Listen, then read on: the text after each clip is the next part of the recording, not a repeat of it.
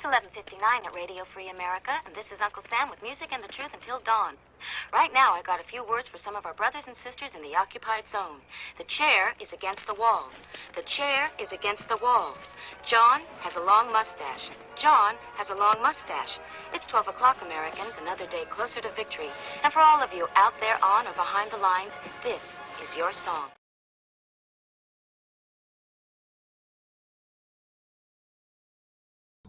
And welcome, everybody. Let me know if the microphone's working all right. Got the little miniature co-host here. He's very sleepy, so he won't be awake very long. Yep, didn't take very long. So, welcome. Comments if you want. Joined by people who are joining us live and a baby co-host, but really a lot of people are listening to this as a podcast. And I was just going through and a couple of things, looking at the podcast results, I guess. Podcast numbers. Now that we're consolidated and all under the Podbean umbrella, we can get a lot more numbers. So welcome to the iHeartRadio listeners who have taken the lead from the iTunes listeners. But it's been interesting to see who and where people are listening to the podcast and which podcasts are the most interesting. That being said, I was also digging back, looking at thumbnails for some reason, and discovered that we had talked about this topic 2 years ago.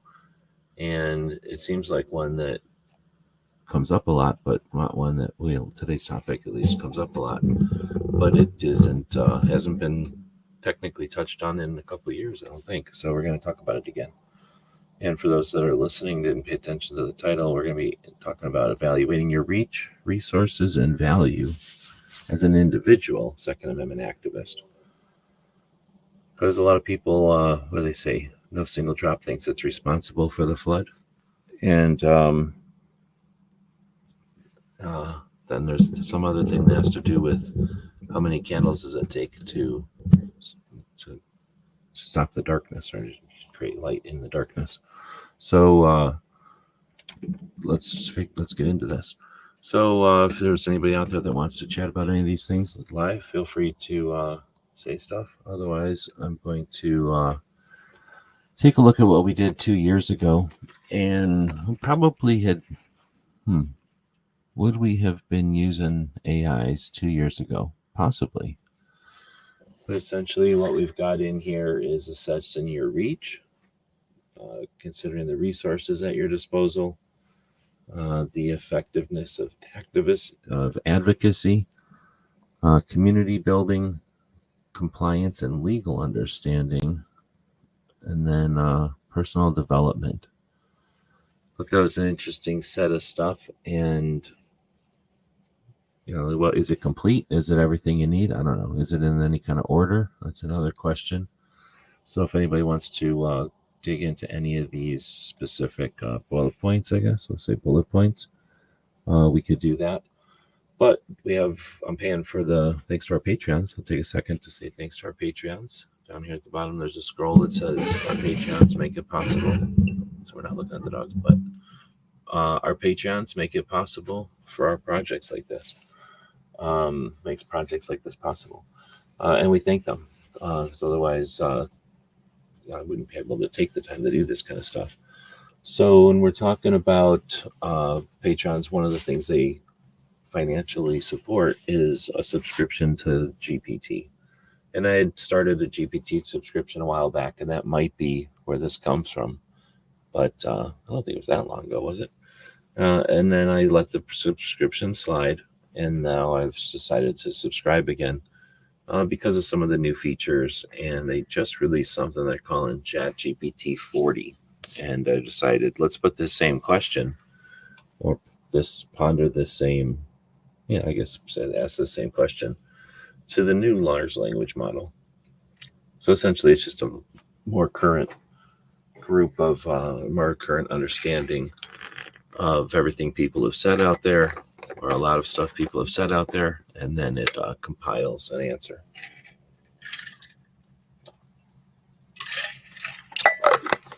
So we've got using my H+ water bottle, definitely want to use an 8+ water bottle. That's when you're supposed to drink. Is there another water bottle that has a smart app on it?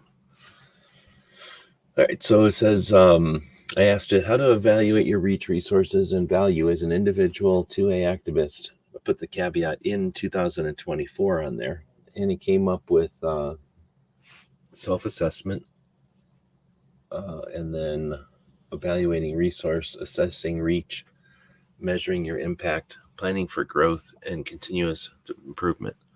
And I thought that was pretty cool. So we're going to go through those points, and I just thought I probably could have put these things into a what is this thing called? A Substack blog. I'll do that as we kind of speak here, so that there's something for people who are following along on the visual side here to see what's going on.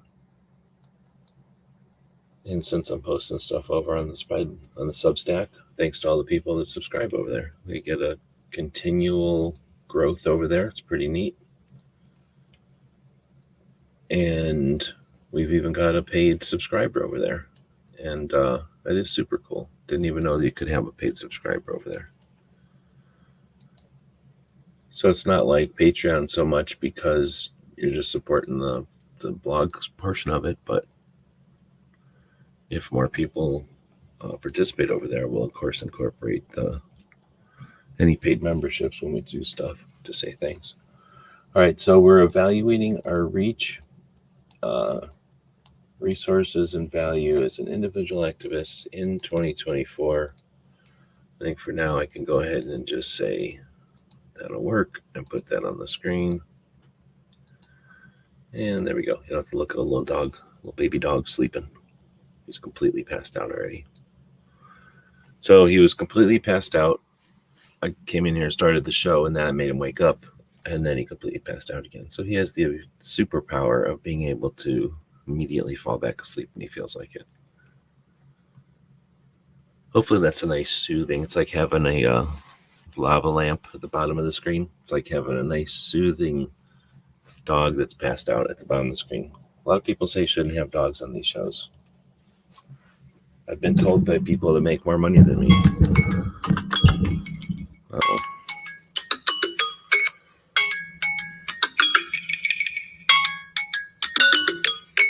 Would that wake you up?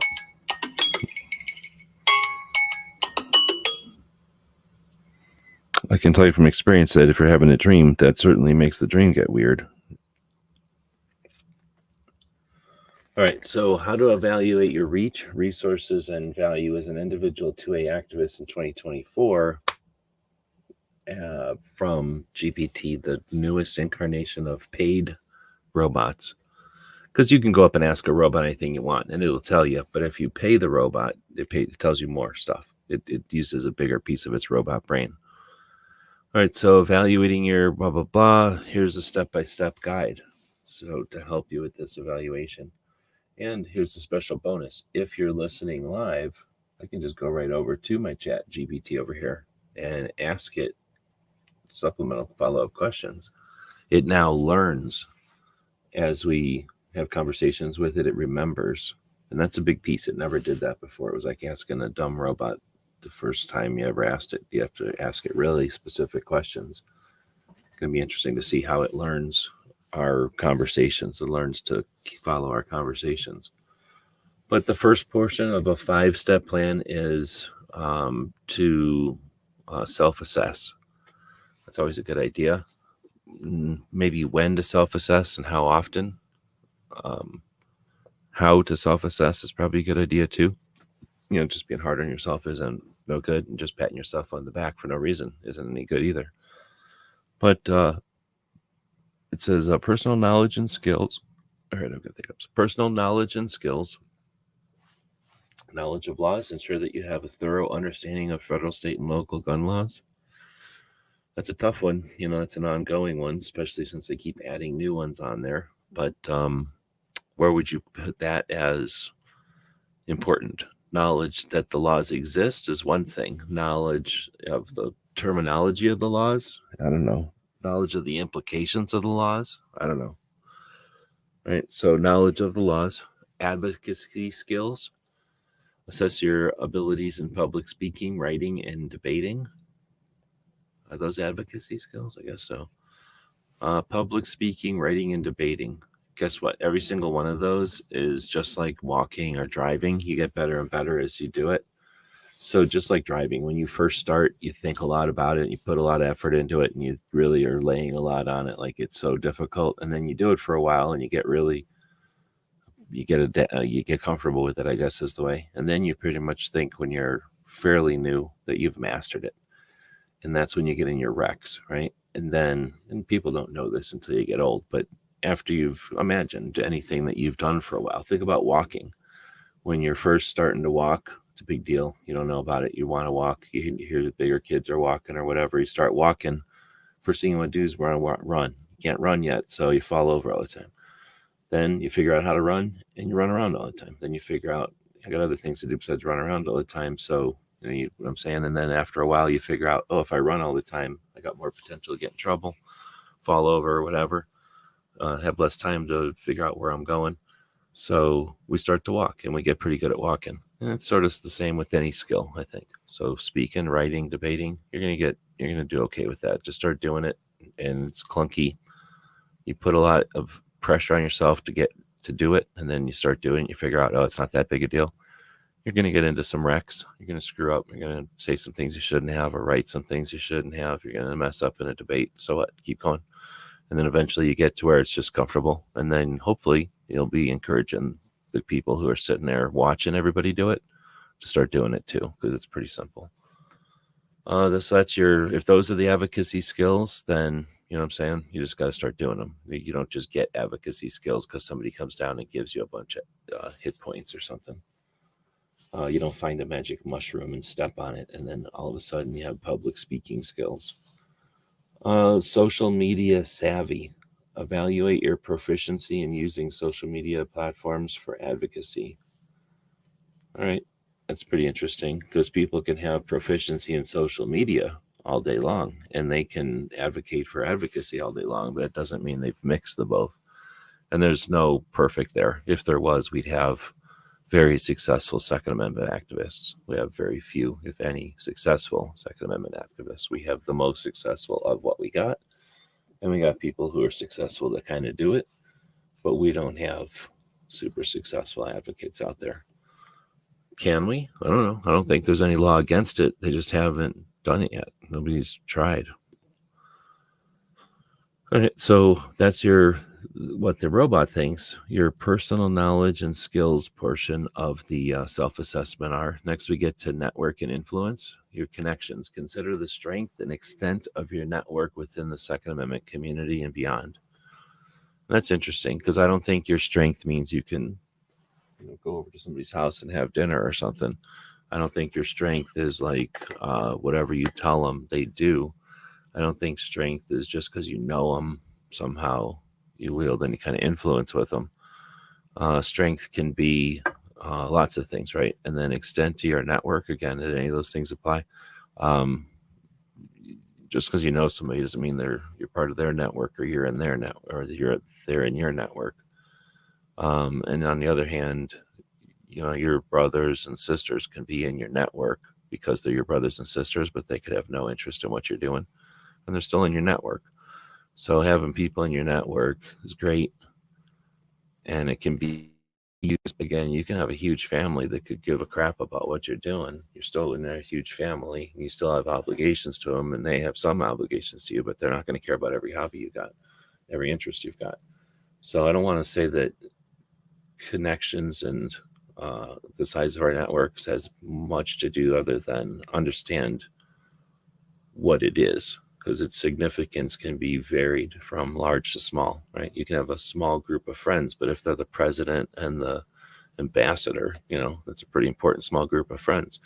You could have a large group of friends that sit around doing nothing all the time, and a big deal. Like they're about what's the equivalent of that? So next is influence. Assess your influence on social media, in community groups, and through personal interactions. And that's an interesting one because a lot of times we'll get analytics, we'll get metrics to assess our influence, but that's typically in order for marketing or in order to charge, in order to understand if your ad rates have been effective, the stuff that you might be paying. Large size doesn't always come from great messaging. Large size sometimes comes from great advertising. People pay to have their videos succeed. And if you do that correctly, you do that well, for example, you put out 3 different versions of product content, and you put that out to 3 slightly different angles, 3 different approaches, and then you see which approach works the best. And then the next time you do the same thing, you have 3 approaches that are kind of leaning in that one direction, and then you can continue to refine that, and pretty soon you've got a pretty good idea of what sells, how to sell it. And then it doesn't matter so much what you're saying, because you know who to say to what to say to who. And so a lot of times the reach and that kind of stuff can be, it says assessed here, but, can be determined. But again, what's the usefulness of that, and what's the productivity of that? That's a good question. So I think everyone, again, I'm trying to inspire here, not dissuade. So if you're thinking of this and going, oh man, how am I ever going to get to a point where I've got influence in the community? You don't have to have a bunch of people listening to every word you say to have influence. You simply have to be part of the community for someone to go, and remember what so-and-so said, or we just had a new point of view put out there from so-and-so. So you don't have to have everyone listen to you to have your point of view recognized and understood. And all you really need is a community that has a lot of people participating. And then what you have, and I've lived through this, it's not necessarily the times we live in today, but there's times when a community participates, the community looks to each other for answers instead of looking to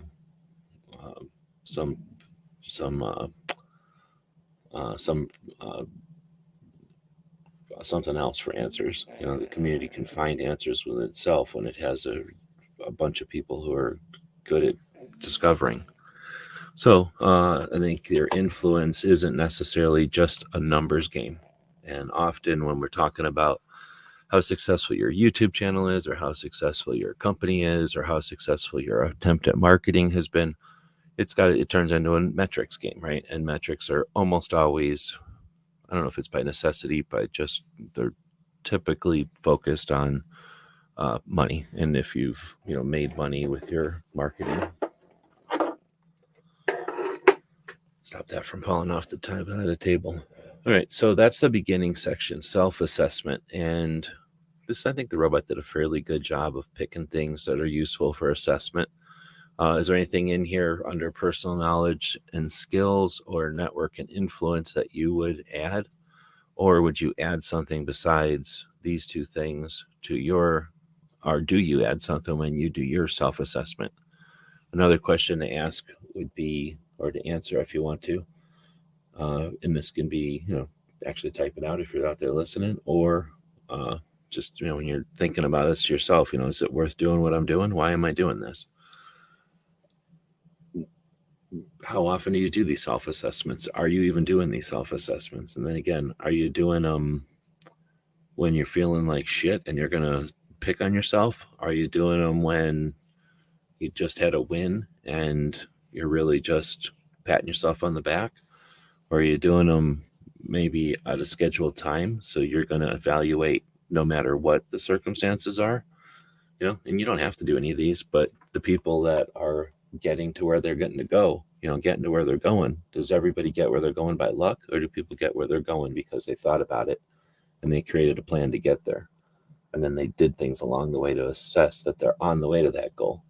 When you're doing land navigation, there's a reason land navigation is important, besides the fact that when we get down to it, if you can't walk around the planet Earth by the things that are available to us, the shadows and the running of water and the sunlight and things, if you can't figure out how to walk around on a ball with your feet and your eyeballs, then and it gets very useless in whether or not you have a GPS or not. So same kind of thing with when you're out there creating and doing stuff and interacting, right? Like what are you using for your navigation? What are you using for to catch your bearings? All right, I'm kind of rambling, so I'll check. I'm bringing in check here. We're at 20 minutes. I think we're doing pretty good since we have like 5 sections here. I'll just quickly say thanks to the people that are joining us live and saying hey out there. Richard's out there from another country, I believe, or are you here now? I'm messing things up, and you're here now. Then we got Foss, then AR Patriots out there also. Thank you. People that does Richard host shows? I know you're in a lot of shows, but Foss and Patriot, hosts of shows, thank you very much for being part of the community that we speak of, creating, so to speak, the community that we're talking about. All right, so first we did self-assessment, and now we're going to evaluate our resources. I think that resources are something that people don't get enough basic understanding when you're young about resources. And I think that's one of the reasons we budget poorly, and we just, we do things in dumb order, or we prioritize things foolishly. And that's, when we don't think of things as pragmatically. Is that the way to say it? So anyway, evaluating resources. Let's see. It's got 3 sections in here. Financial resources, time commitment, and support systems. So first we'll get into financial resources. Your budget. Determine how much money you can allocate towards your activism. Well, I tell you what, if I would have been given advice or getting advice back in the beginning, I would have definitely yelled this one to the room a bunch of times, because I definitely did this one poorly. Then you got fundraising. Assess your ability to raise funds through donations, events, or crowdfunding. And again, I'm going to put a big exclamation point behind that one, because we're capitalists. We live in a country full of people that are interesting and entrepreneurial, or interested and entrepreneurial and participatory. So there's lots of ways that we can have fun fundraising, creating things out of nothing together. Instead of the other dynamic would be I guess 2 other dynamics would be that, or 3 other dynamics would be that the state creates it for us. So the state takes a bunch of money from people and decides the things that we need and creates them, often with a lot of waste and, focus on things that aren't necessary. And then we have we can wait around for a rich person to come around and decide it's interesting and do it. And then we have their version of it. Sometimes that's interesting, but, and then I guess the 4th option would be do nothing, never do anything, just sit around wishing everything would happen. So the fundraising thing is, I don't want to say critical, but it's certainly an opportunity that gets discouraged and gets downplayed by people that are from all sides that don't understand the potential and the power of it.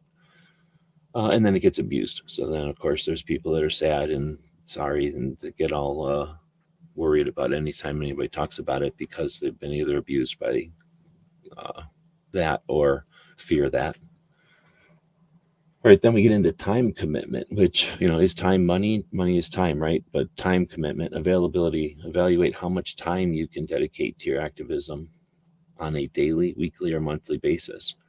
And that might be one way to determine your, that first section, when you determine your self-assessment of it.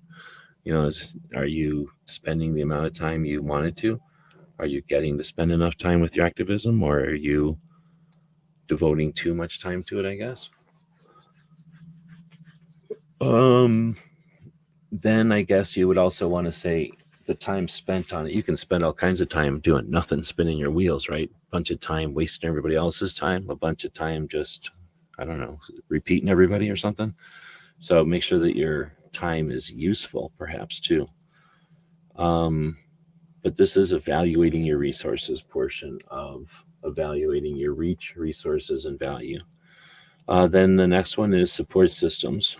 Volunteers. Consider the availability and reliability of volunteers to help with your initiatives. And that's interesting. Nothing is really done alone. We always have somebody else helping us, either overtly or in behind the scenes, or voluntarily or involuntarily, right? So having people who volunteer to participate, I already mentioned that's a big piece of this, and we're talking about community here.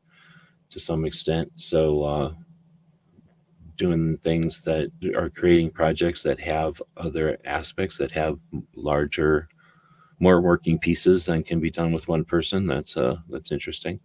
I guess there are other things out there that people are doing single-handedly that everybody else is just watching. I guess there's probably a couple of projects I can think of like that. I mean, obviously there's very, very few, probably nothing that's actually a single person, but some of them kind of project that they're a single person or whatever. They're like a single entity that's kind of has the microphone or something. Like here, this little animal does all the work behind the scenes, and that's why he's so tired all the time. I just sit here and read the script. For people that are listening, this is the sound of a blubber dog being patted. You might think that somebody's kneading a thing of dough, bread dough. Nope, it's a big fat animal. All right, back to time commitment, availability, and then we'll move on, I guess, to support systems. No, we were already in support systems. Sorry, we were talking about volunteers. Next, we'll talk about allies and partners. Identify other organizations or individuals who share your goals and can collaborate with you. Well, it's certainly possible and more probable with individuals. Organizations, I mean, I don't want to be pessimistic. I'm trying to be optimistic whenever I can, but our organizations don't have any history, don't seem to have much interest in working with each other until it suits them to team up, or they're standing next to each other and both doing the same thing and don't want to look like they're both wasting money on the same thing. So they act like they're teaming up on it. You know, when they're teaming up on stuff, do they mean they both spend $24, or does it mean only one of them spent $24, or they both spent $12 on the $24 lawsuit? You know, like what happened here? Like, how do they team up? They both sent lawyers at $100 an hour to watch the thing happen, or you know, one of them sent lawyers, and the other one heard the report, so that they saved some money. You know, how did they work together? We don't know. Let's see. We know that whenever they work together, they want more money, though, right? We know that part of it. Assess your reach. So one of the things I asked the computer is this: evaluate your reach, because of course, as content creators, I think we think in terms of reach quite a bit.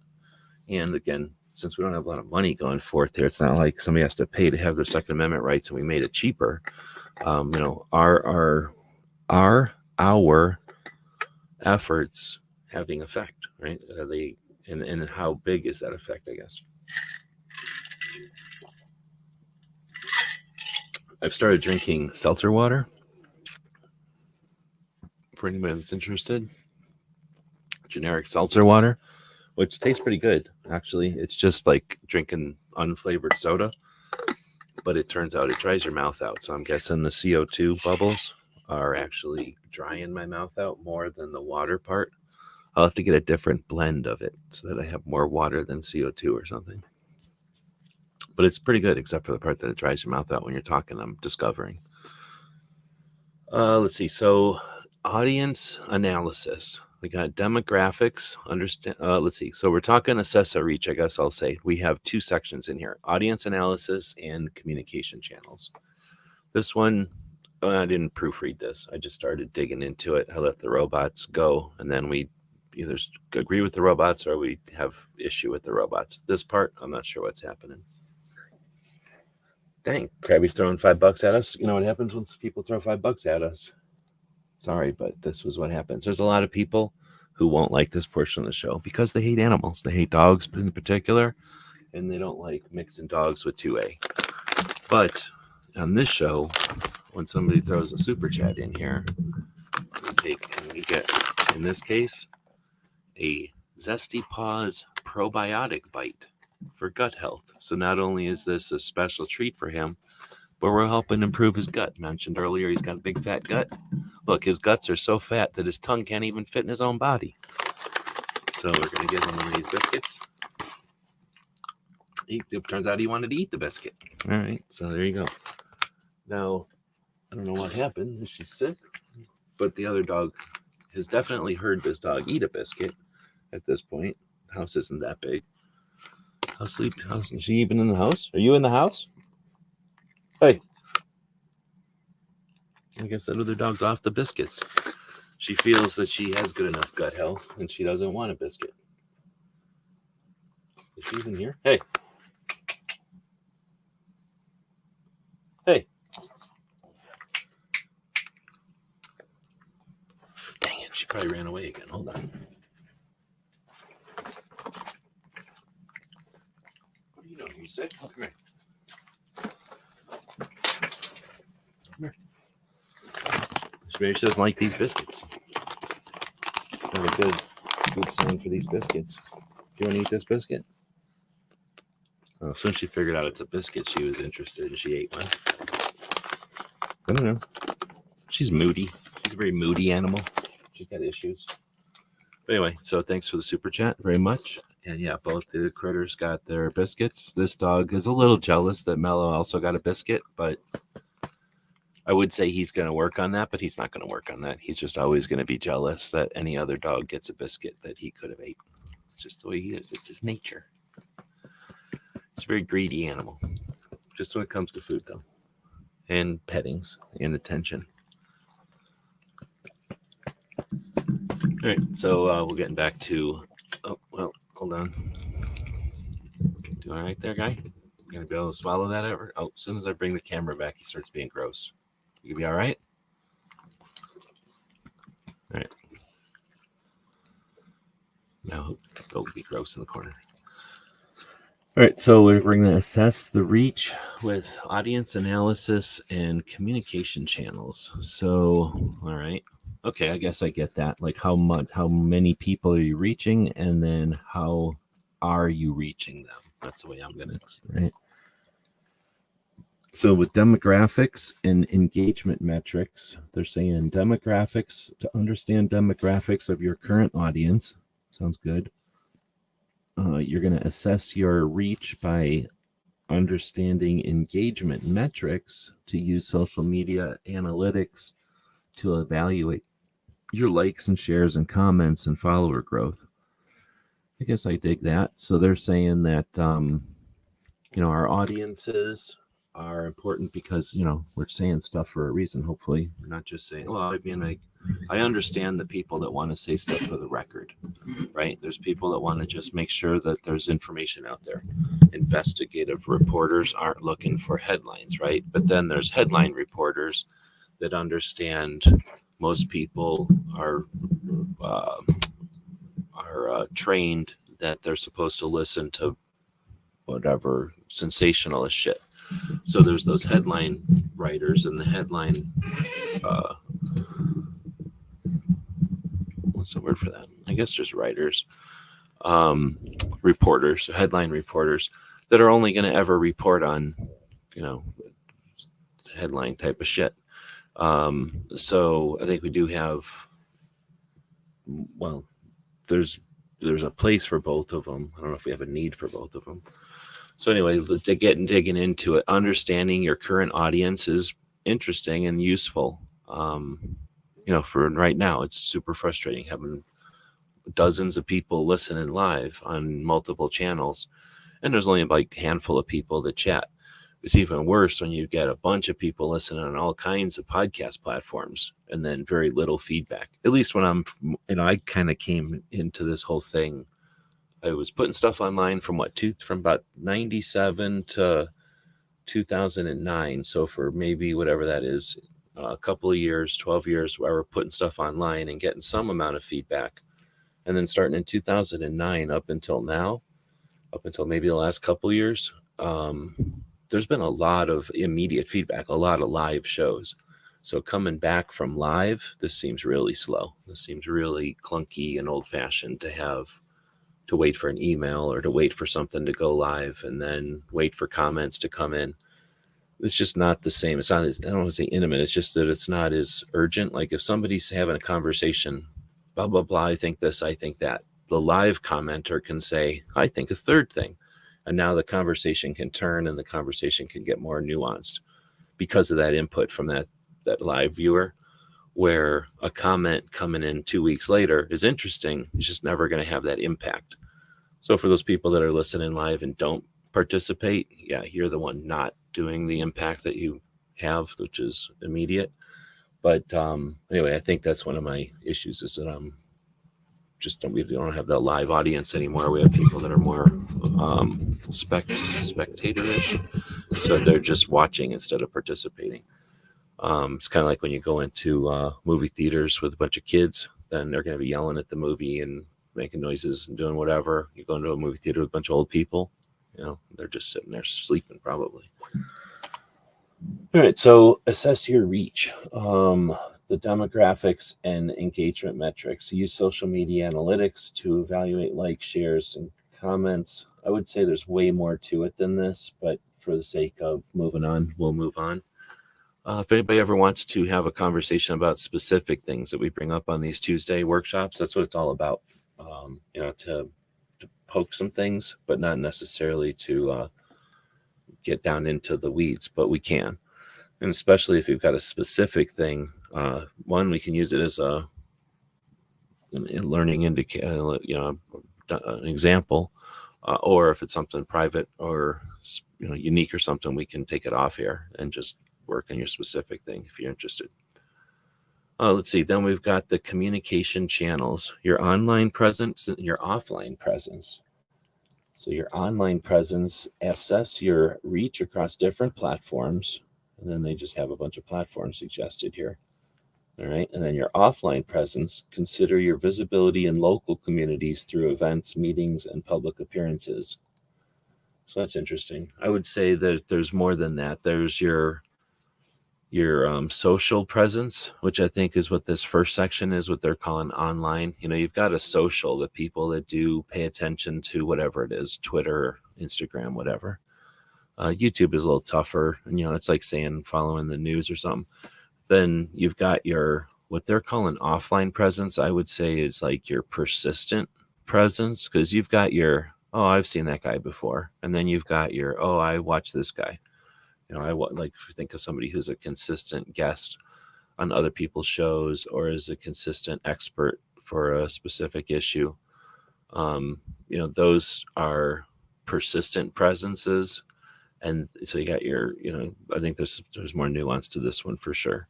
And then as far as your offline, or what they're like, your IRL, your real life presence, that's, I don't want to say few and far between, but I think that's just not focused on. So I'm not sure how big a deal that is. We certainly could use that more, especially when it comes to election years and people being boots on the ground during election years. Like that would be one to focus on and to shine light on. Imagine if we had a channel that just showed light on the good things. So we have a lot, and I was just calling them headline chaser and headline reporters, right? People that understand by looking at the metrics what has sold. So they just do more of that. They just do more of the same. And they don't care what way it goes. If it's red or blue or up or down or left or right, they don't care. Whatever sells at the moment, that's what they're doing. And they don't care if it changes. So the reason they're constantly looking is because they're looking to make sure they're always on point. So whatever the point is, they'll just react. But then you got people who want to either drive or champion a position, a direction, a position. And so you've got that. And I think whatever we do is either working towards that, right? Or just out there being random. And that's something else when you're assessing your reach. If you can be going for growth, you can be going for audience size, you can be going for better audience retention in a video. There's so many things you could be going for with the analytics, but then there's also that thing, a non-metric that you can also be paying attention to, which is, if it's having an effect. All right, so maybe that's the next one, measuring impact. Maybe I should shut up and go to the next one. So the next one is measuring impact, and we've got quantitative metrics and qualitative metrics. We'll start with quantitative, so things that can be counted versus things that have a quality that can't be counted. Is that the way to say it? So growth metrics and engagement metrics under quantitative metrics. We can track, so under growth metrics, they're saying track the growth of your audience funds raised, and number of events held. That's interesting. Like the number of times you've done something. So that's interesting. You might be able to get something that happened. I don't know. Like you could do a daily show. You could do it, not a daily show. Nobody's doing that. You could do a weekly show. You could do a monthly show or something, and feel frustrated because their audience isn't growing. But the fact that you did those shows, are you giving yourself credit for that? Like the number of events held is a big deal. It's a lot of experience, and it's a lot of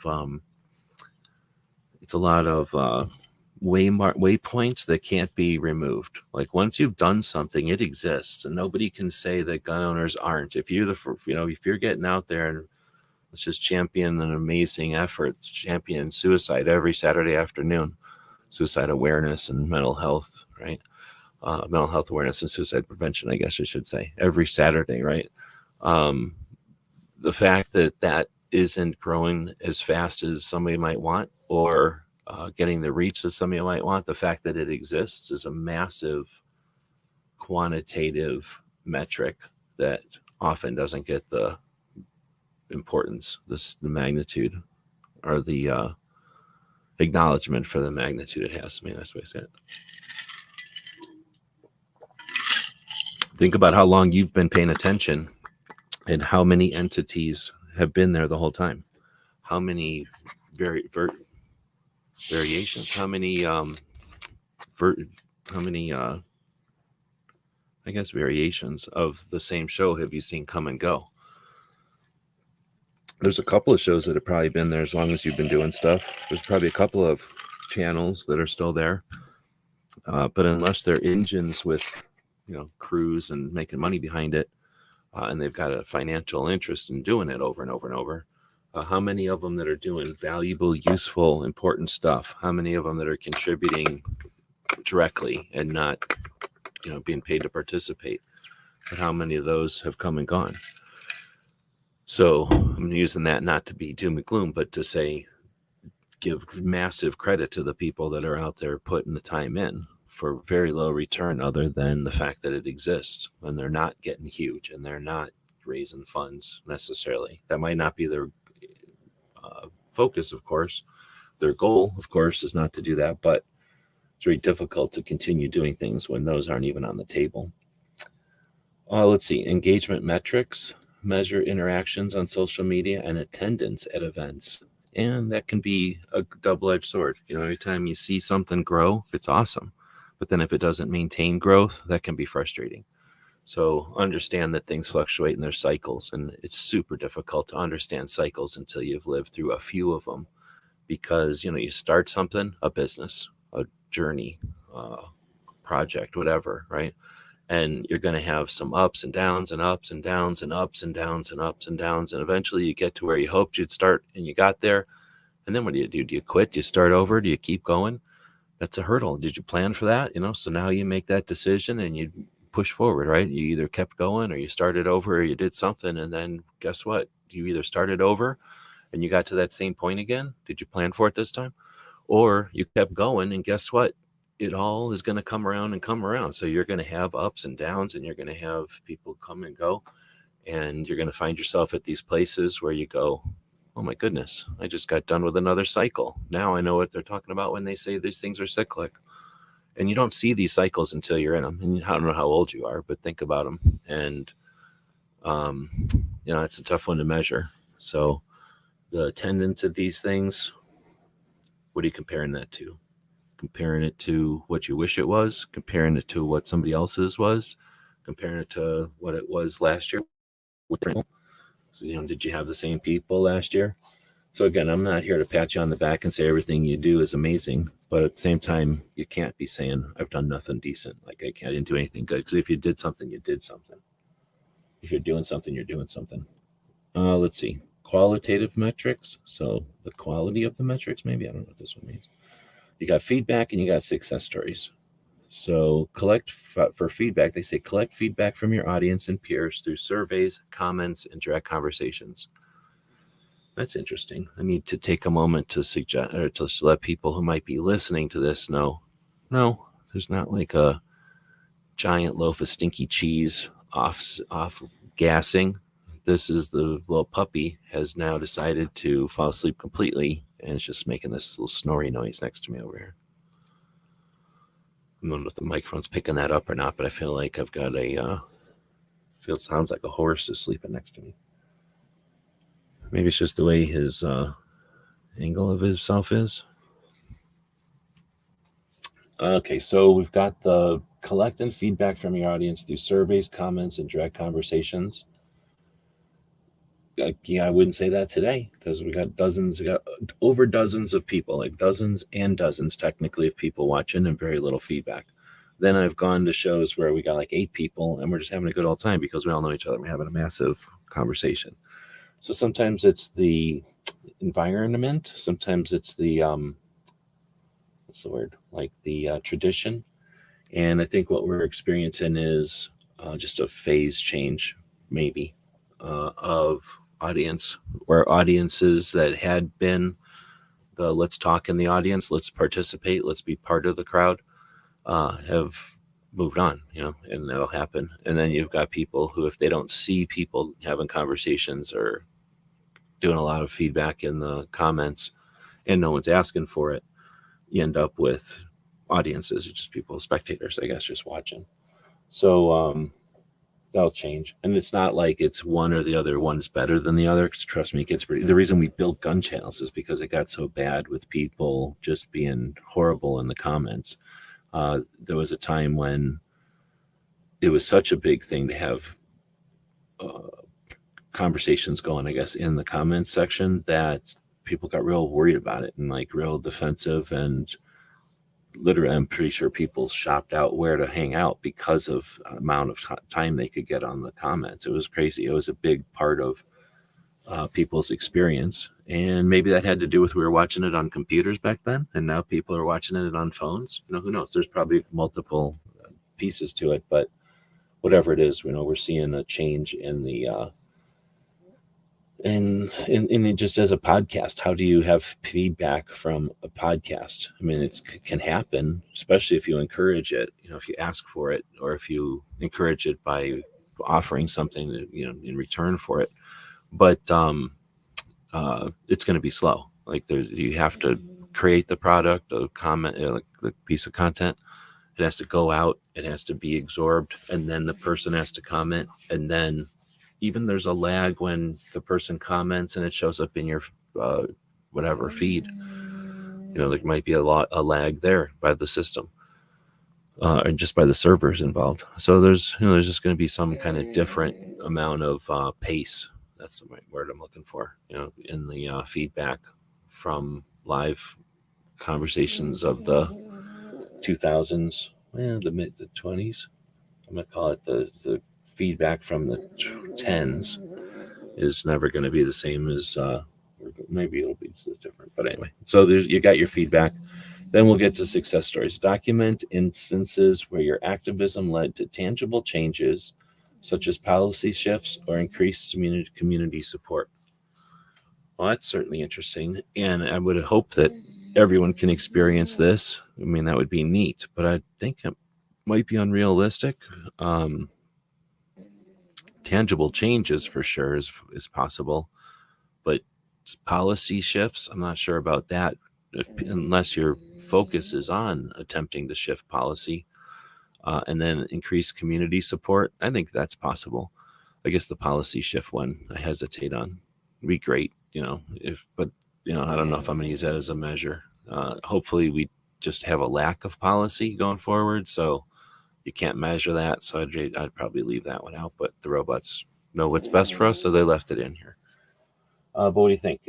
Tangible changes. I'm guessing that means, in conversations. I like to think of, again, Brooke's project on Saturdays, having a consistent conversation every weekend about mental health awareness and suicide prevention. I mean, I never would have thought. I can pretty much say, unless I screw it up, I can pretty much say mental health awareness and suicide prevention as a plugin. It's like a copy and paste. It's in my head. I know that when I need to put that in there, I can just say mental health awareness and suicide prevention, or some version of that, because I've said it so many times. With Brooke not doing that, would I've ever decided that was a great phrase, or even if I thought, hey, that's important for me to start using it, would I have had it so concise? And it's not like I came up with that. Obviously, I've heard her say it a million times, and over other people saying it, and that's just the way I decided to say it. So I think that what's tangible is subtle. Maybe that's the way to say it. So don't expect that to be yelled from rooftops or something. I guess that's why they're saying it's qualitative. It's going to be tougher to qualify. Is that the way to say it?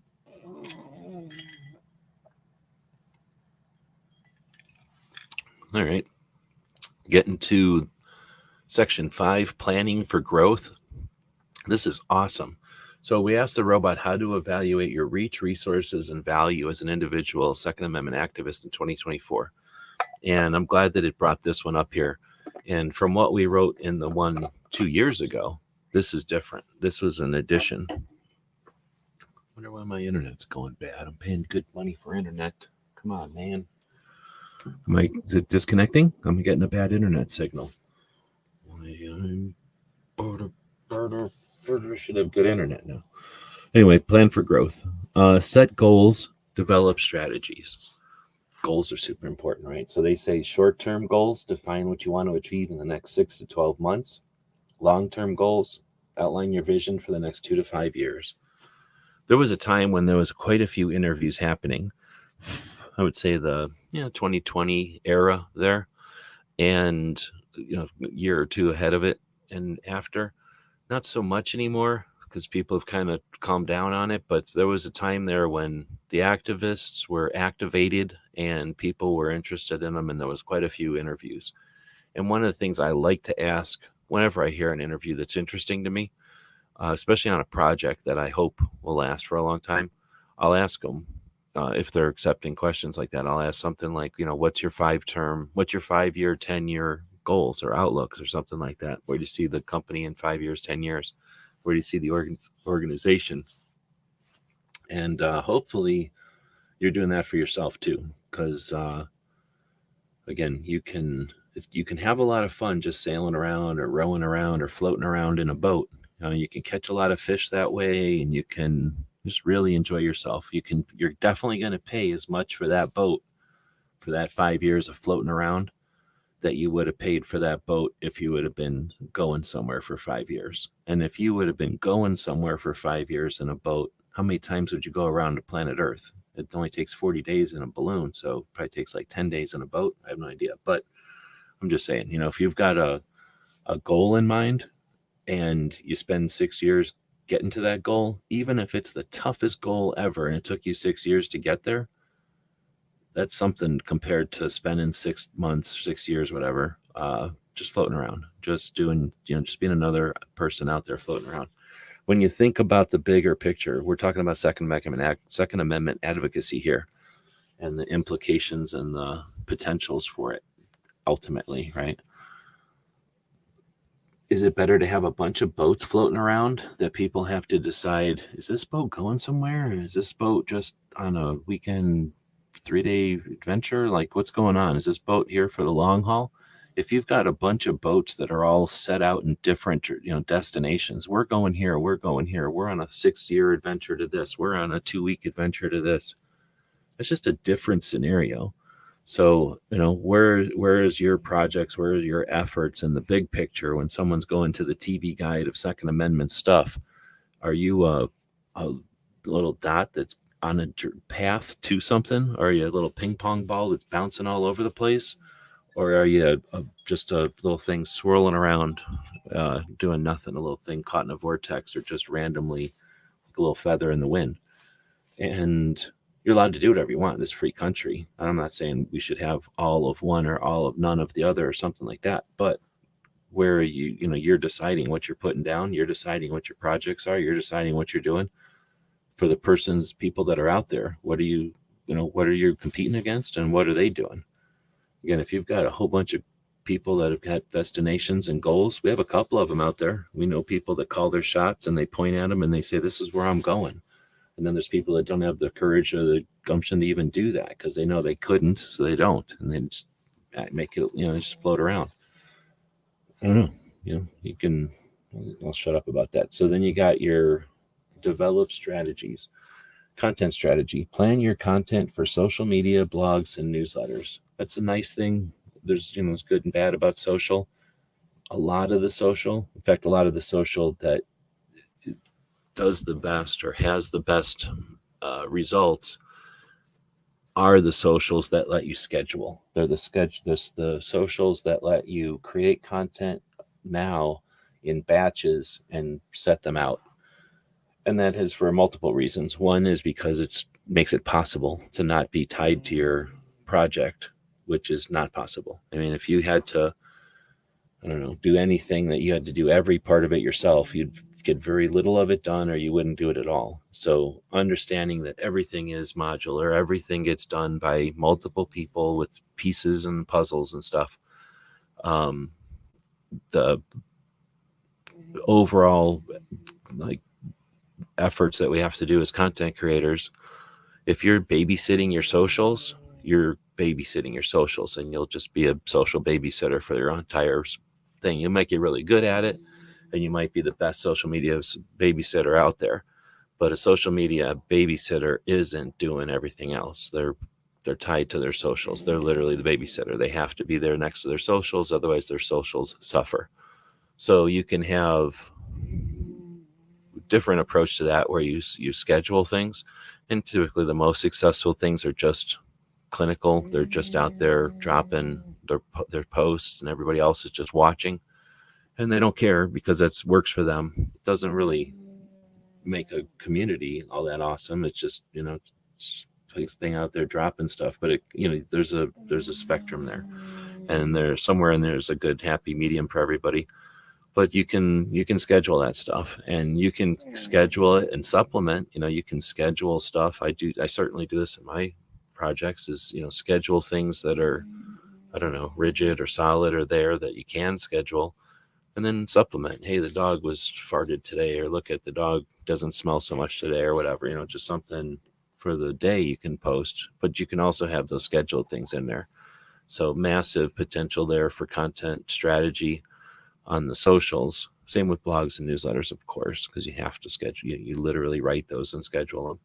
But then there's also, I'm just going to take a second and go, there's the decision to do that. And just because you can do something, just because it's possible, big whoop. If you're not putting it into your, I don't know, schedule, into your list of things that you're going to accomplish, into your plan, then it's just another potential. So, when we're sitting here evaluating our reaches and our resources and our value, are we doing everything we can? Have we done everything we could? And are we doing it as effectively as we could, or could we adjust something? And I think that's an easy one to adjust. And it's as simple as doing something small, maybe taking a big video and chopping it up into shorts, and then scheduling those shorts. And now those shorts are going to work for you throughout whatever time frame, a month, a week, whatever. And you've already done the content. You've added a little bit more editing time to your project. But going forward, if you realize that strategy works, maybe you'll incorporate some opportunities for shorts in your future videos, and you'll do those at a specific time during your show or something that makes it easier to edit them out.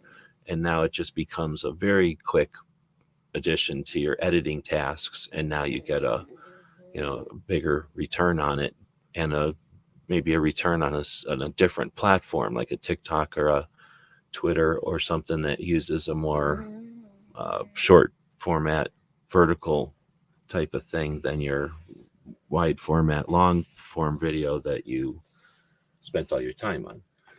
Okay, so moving on, event strategy. Organize events such as workshop, rallies, and meetups. How different would it be if we had a community full of people doing this instead of just going to other people's workshops, rallies, and meetups? Obviously, we can't have a meetup or a rally every day, but we can definitely have virtual stuff all the time. And we do better when things are in competition. So suggesting that we only need one of something, or that, we have enough of them, is weak sauce. Start making more interesting things. We certainly need more different kind of shoots out there. and opportunities to get people around guns, normalize guns. And people, I think, depending on who's listening right now, you've probably seen events that got championed by creators who other creators would have ignored or did ignore. And all kinds of situations happen when you create possibilities. So events and real life things. There's whole organizations that don't like rallies, so you won't see them ever bring up rallies. Does that mean rallies aren't effective or useful? Well, I don't know. What would happen if we had rallies again? I'll move on to the partnership strategy. Build alliances with other organizations and influencers. Give it a shot. It can't hurt, but more often than not, it's a beneficial thing. And even if it doesn't last long, you can both learn from it. And it's always a good idea to see how other people work and how they put things together, what they value and how they, how they do. So I don't know about the influencers part, but the organizations for sure. Other creators, maybe. We're not really talking about influencers here, I don't think. Continuous improvement is the last section that the computers gave us when I asked them about how to evaluate your reach, resources, and value as a Second Amendment activist in 2024. And I kind of like the idea of continuous improvement also, in addition to planning for growth, right? Because a plan for growth is like saying, hey, I'm going to do something. Like, again, I'm going to go float around in a boat. Why don't I go to that island over there? Or why don't I try going across the lake? Or why don't I try going down the river? As opposed to I'm just going to go float around in the boat for a little while. Because then you can say, I'm going to go further down the river. I'm going to go back and forth across the lake, right? You can do stuff when you create a goal. But continuous improvement is more than just the goal. Because, again, you can either make the goal or not make the goal, but improvement is kind of irregardless of that. It breaks it down into education and training and adapt and evolve. I'm a big fan of that last one. So we'll do the education and training. Stay informed, keep up with the latest developments in gun laws and 2A rights. Well, that's stupid. So it just repeated itself with one of the weakest points. Probably because the robot is trying desperately to be anti-gun, even though it's not technically anti-gun, but there's a lot of anti-gun people. I wouldn't be surprised if there's anti-gun people in, what's the word, like messing with trying to teach the AIs. But I mean, they're probably getting paid to 8 hours a day to train the AIs to be anti-gun. I would be very surprised if they're not paying that, because the AIs are pretty anti-gun. And they don't need to be. Anyway, skill development, continuously improve your advocacy skills. And then it says through workshops and training sessions. So whatever. It would be awesome if this wasn't the only workshop. Tell me there's another workshop out there. Tell me there's somebody else who does a Second Amendment activist workshop besides this one. And I'm not going to stop doing it. I'm just going to be appreciative. But how come we don't have a workshop branch of every single Second Amendment organization? Because I don't care what the organization is, whatever they're doing should be emulated in another place for another reason, right? Whatever effort they're doing contributes to not just the results of their effort, but because they've done it, they can contribute to how it got done. We need to be workshopping. We have way too few people from the Air Force or any kind of special operations, because the reason that the people who do things to precision are able to do it at precision level is not because they're better or they do anything magic. I shouldn't say it's not because they're better, because they're better, but they're better because not because of magic, but because they just evaluate what they've done. And whenever they make a mistake, they work on it till they don't make that mistake again. And then they discover the next mistake that can happen. And they don't have a foolish idea that they can't make mistakes. So they're intimately familiar with their performance so that they can evaluate it and not make any mistakes again. And sometimes the mistakes are inherent in the system. They're not a fault of an individual, and you have to get past ego and shit to get to that. So anyway, it would be awesome if there was other workshops out there, but there's not that I'm aware of. So make one, whatever it is that I'm missing here, do it. I mean, there's tons of stuff. I'm just shooting arrows out here at stuff. Give me feedback if I'm missing the target with these arrows.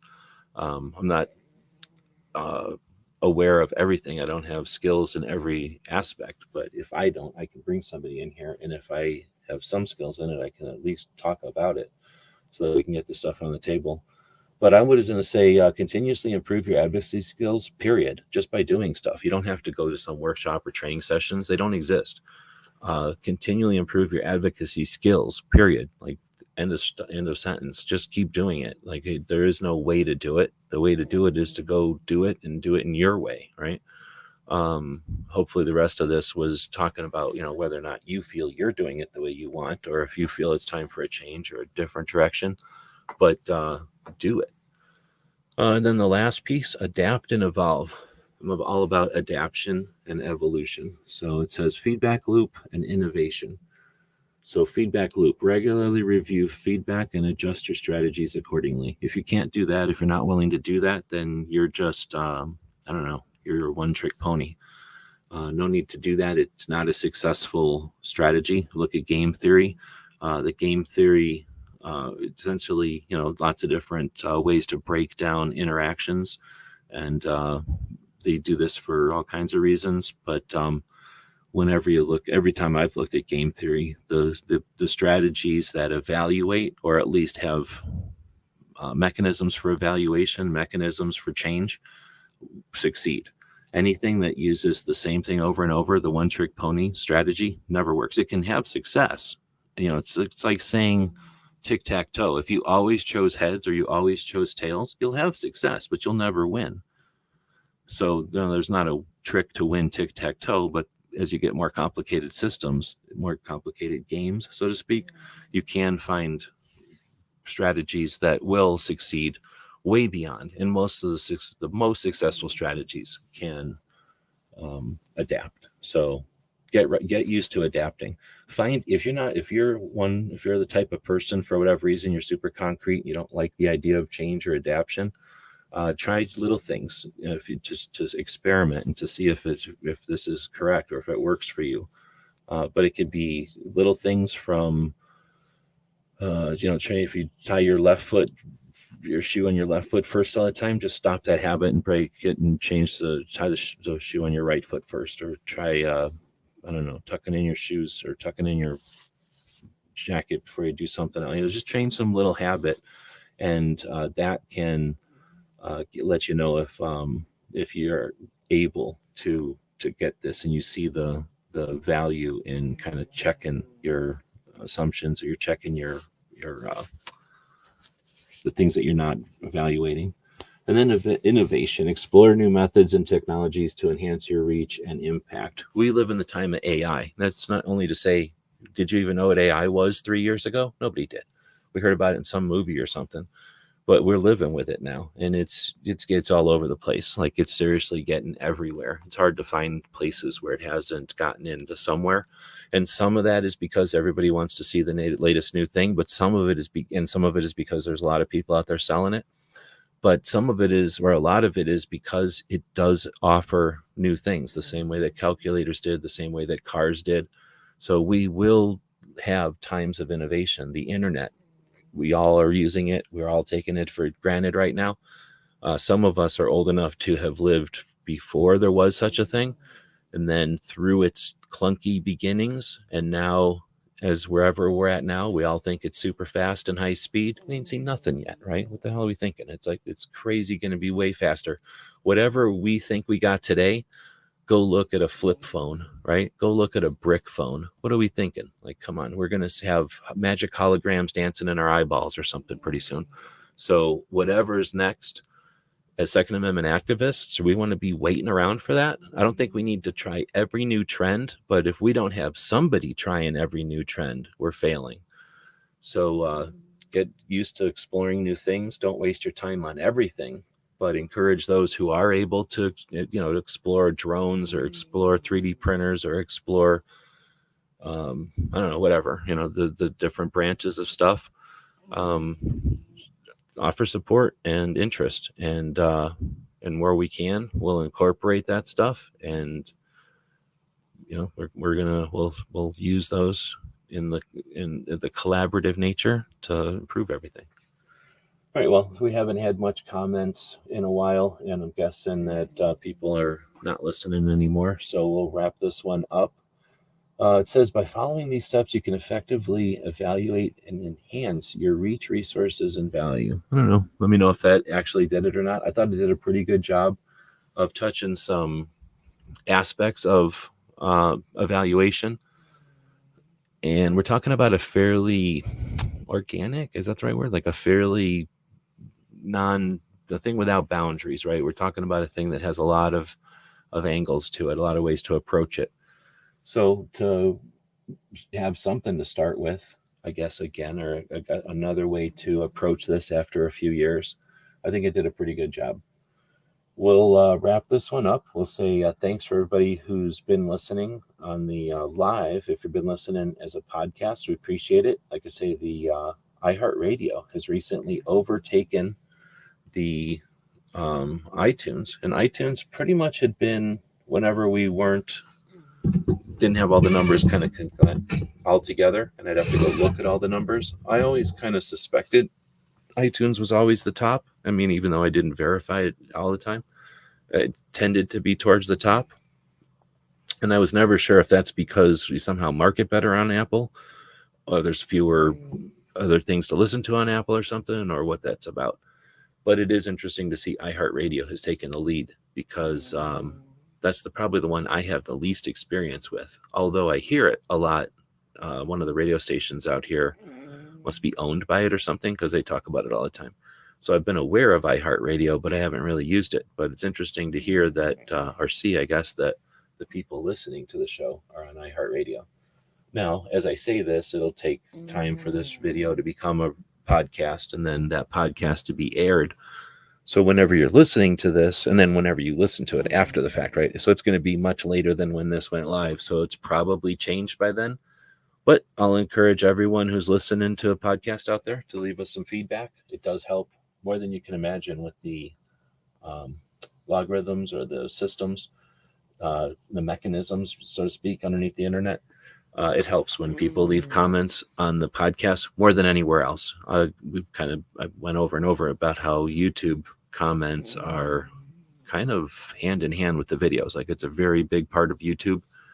And that means that the comments are interesting and helpful, but they're nowhere near as influential or impactful as they can be on the podcast platforms, which rarely get any comments at all. So comment, like, I guess it's probably like 1,000 to 1. I'm not even kidding. Like 1,000 comments on YouTube are equal to 1 comment on Apple. So if you're interested in being an activist or someone who's interested in helping out the different organizations out there, get over to iTunes, subscribe to a bunch of channels, and leave them some comments. The channels that you appreciate will appreciate those comments. Same goes on iHeartRadio. The same goes on Amazon. I guess that would be Audible, or whatever it's called. But wherever you're listening, we appreciate it. And if you want to come back to the video or come back to our sites or something, or one of the blogs, and let us know where you listen, that's even cooler. And we do appreciate that. All right, with that being said, we'll let everybody get back to it. It's the middle of the day now on a Tuesday when we record this. And yeah, look, the dogs even woke up. We'll throw a quick commercial in here for the store and for a little show you might have heard of on Fridays. This is Earl Benson reporting from downtown Topeka, where Gizzard Gary is rampaging through the city. Authorities have asked the public to stay indoors. They believe he will tire soon and need a nap. Gizzard Gary can normally be seen on Foul Territory Friday nights at 7 p.m. Central. Wednesday, 8 p.m. for the channel members chat. Stay safe and give him the bird. Earl Benson signing off.